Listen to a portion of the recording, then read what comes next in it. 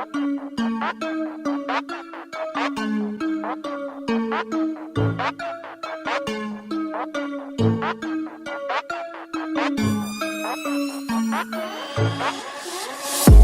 teman-teman, di video saya sebelumnya itu saya berbincang-bincang dengan Mbah Parmen, salah satu petani Lombok yang ada di Pager Kidul, menyampaikan bahwa budidaya tanaman Lombok itu hanya bermodal nekat dan yakin, kan gitu kan.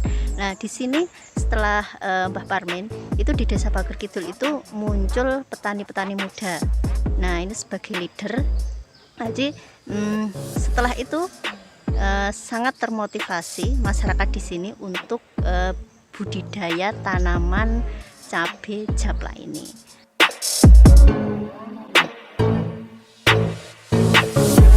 Sebenarnya apa yang saya lakukan ini sejarahnya panjang. Sekitar 7 tahun yang lalu kita didampingi oleh Plan dan saya terkesan sekali dengan Mas Bandung Edi Suseno, dan saya berucap terima kasih sekali kepada beliau dan salam untuk Mas Bandung. Sebelum informasi ini meluas terutama sampai ke pemerintah desa, saya sudah berangkat sendiri dengan semangat saya karena itu untuk kepentingan saya sendiri, ya saya berusaha untuk tidak membebani pemerintah.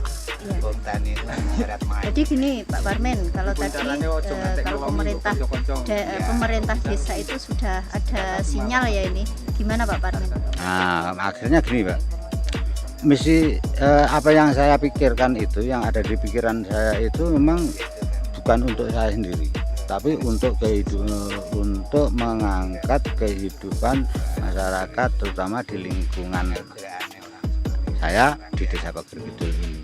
Nah, apa yang saya ungkapkan, apa yang saya lakukan itu kemudian terdengar juga oleh pemerintah desa. Nah, sehingga ketika saya ketemu Pak Kepala Desa ngomong-ngomong panjang-panjang lebar tentang apa yang saya lakukan, kemudian Bapak Kepala Desa merespon kegiatan ini dan mendukung sekali, dan bahkan saya sempat ditugasi untuk mengawal teman-teman, untuk menemani teman-teman di Pager Kidul ini untuk bisa melakukan budidaya sehingga dia mendapatkan penghasilan, ekonominya bisa terangkat.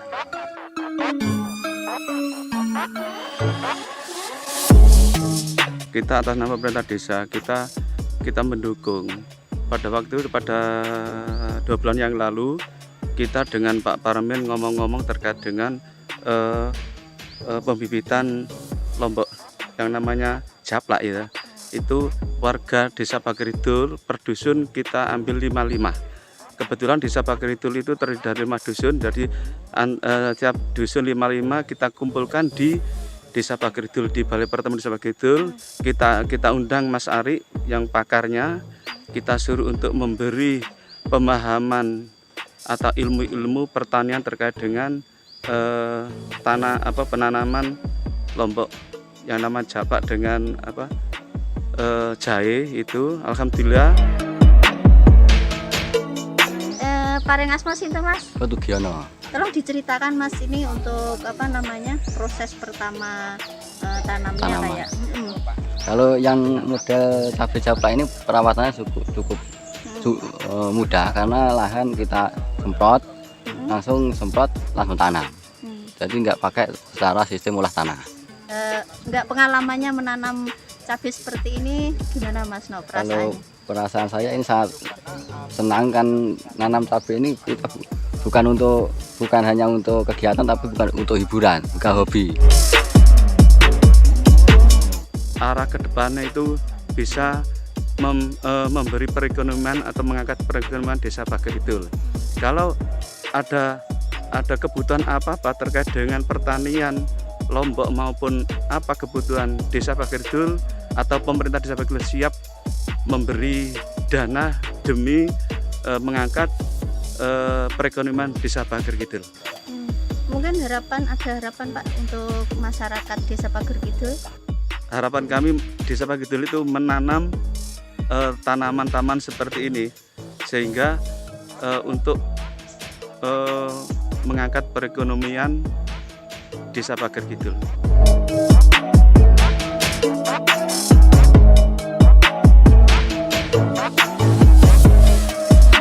Dari warga Desa Pager Kidul itu kendalanya itu masalah air, tapi kita sudah sharing atau sudah ngomong-ngomong sama Pak Parmin sebagai koordinator pertanian yang ada di Desa Pager Kidul. Kita menugaskan Pak Parmin untuk mengecek atau langsung ke lokasi-lokasi mana yang bisa diatasi dengan sumur, ya kita nanti dari pemerintah desa hadir untuk membikinkan sumur.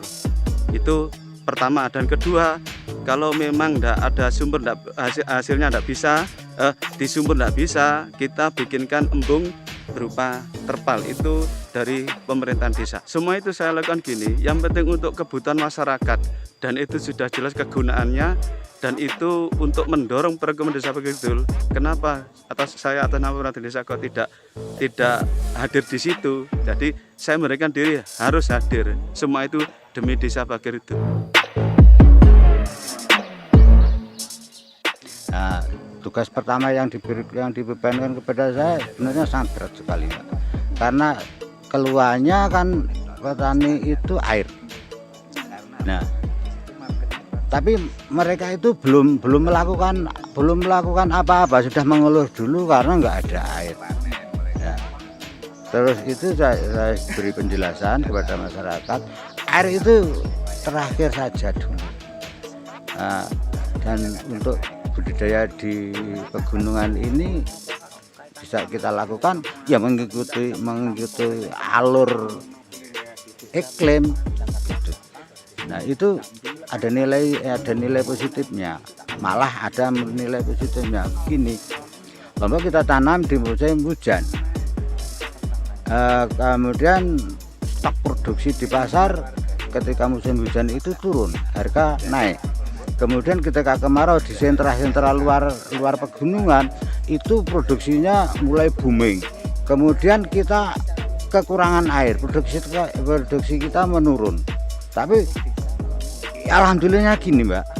Ketika produk kita menurun, harga di pasar juga menurun. Nah, dengan ketika tidak ada air sekalipun sebenarnya nggak masalah, panen oke kan harganya rendah. Tapi itu direspon oleh Bapak Kepala Desa dan saya ditugasi untuk mencari titik-titik air yang ada di sekitar lahan. Kemudian beliau menjanjikan untuk ikut ambil bagian di situ. Ya, terutama tentang pendanaan, tidak mungkin ya akan dialokasikan di perencanaan anggaran desa. Ya, demikian teman-teman ulasan kita hari ini. Mudah-mudahan bisa bermanfaat untuk kita semua, dan mudah-mudahan bisa timbul, bisa menginspirasi petani-petani khususnya di Desa Pager Kidul ini dan umumnya untuk masyarakat Kabupaten Pacitan, dan lebih luas lagi kepada masyarakat petani di seluruh Indonesia.